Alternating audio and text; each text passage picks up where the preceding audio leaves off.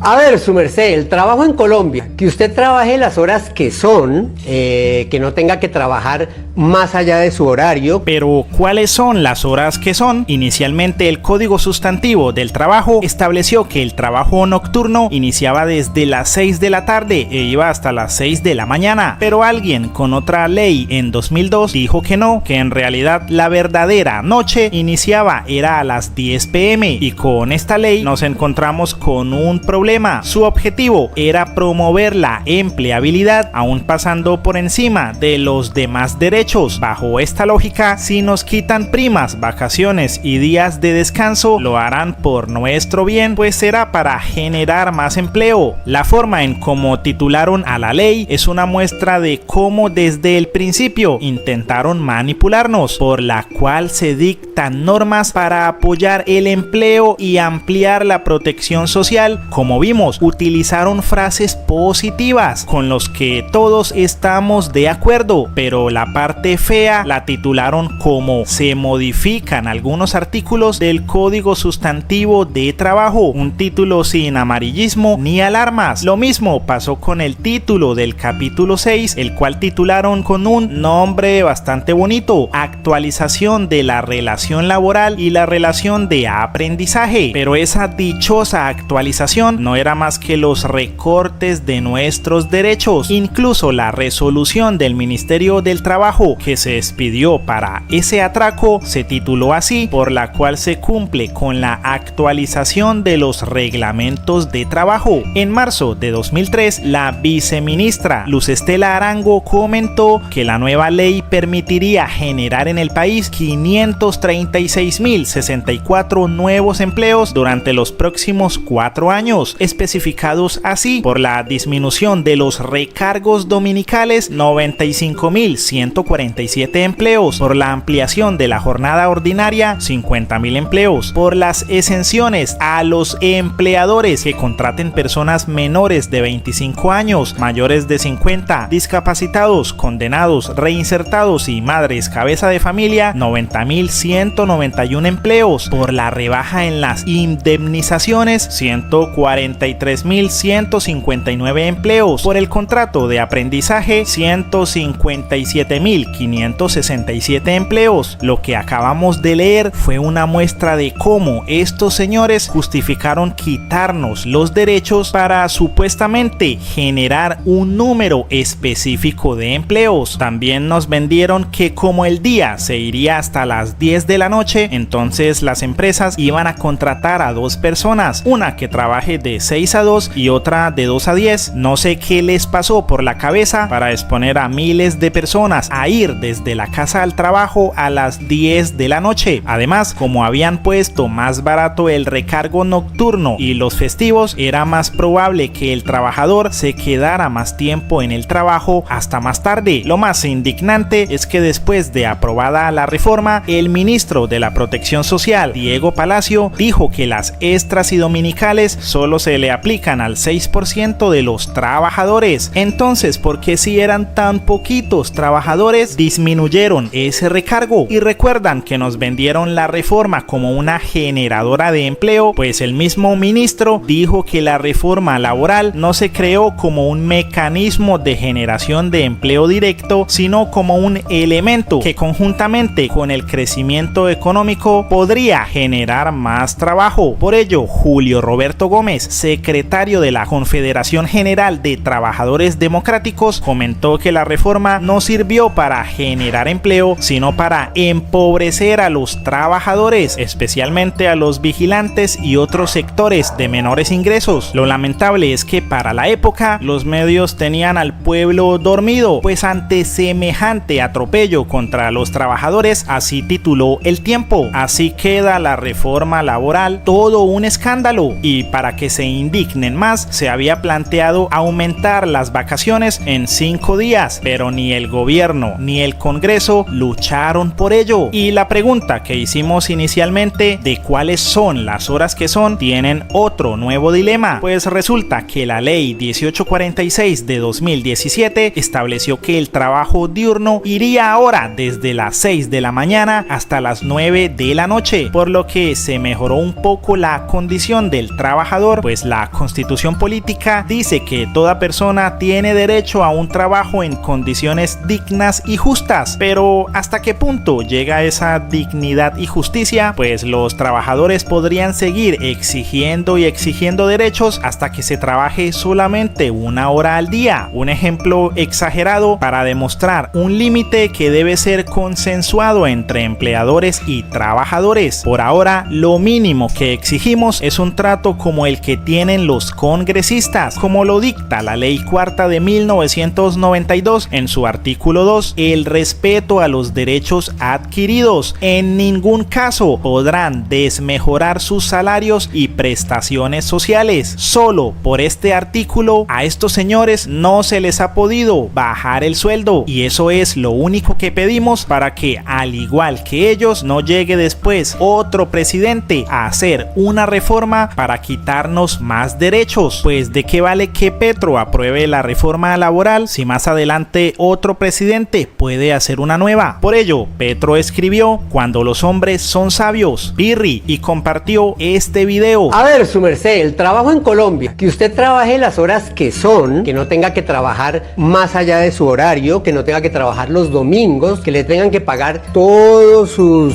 parafiscales, que le tengan que cubrir la salud, eso no es un favor, eso es un derecho como trabajador, ¿sí? Y usted en contraprestación le da un trabajo a una empresa, y de ese trabajo esa empresa gana, ¿sí? Usufructúa. Pero durante los últimos años nos han ido diciendo que nos tienen que quitar esos derechos, porque es que si no nos los quitan, no vamos a favorecer la generación de empleo. Y vaya uno a ver históricamente, y pareciera que los que siempre salen muy bien beneficiados de eso son los grandes grupos económicos en este país, que ustedes saben que los podemos contar con los dedos de la mano. Los que sí sufren son los trabajadores y las empresas pequeñas y medianas, sobre todo las más pequeñas, porque a esas sí les hacen cumplir todo, ¿no? Pero a las grandotas, eso sí, eso hay cantidad de dádivas y de cositas para que paguen menos impuestos y para que también puedan contratar como quieran que se les dé la gana. Y uno dice, ¿por qué una empresa que tiene esos capitales tan grandes, un grupo bancario, un grupo económico, por ejemplo, por qué contrata por prestación de servicios a la gente? Ese tipo de contrato me parece a mí de lo más abusivo, y muchas veces a uno le ha tocado aceptarlo,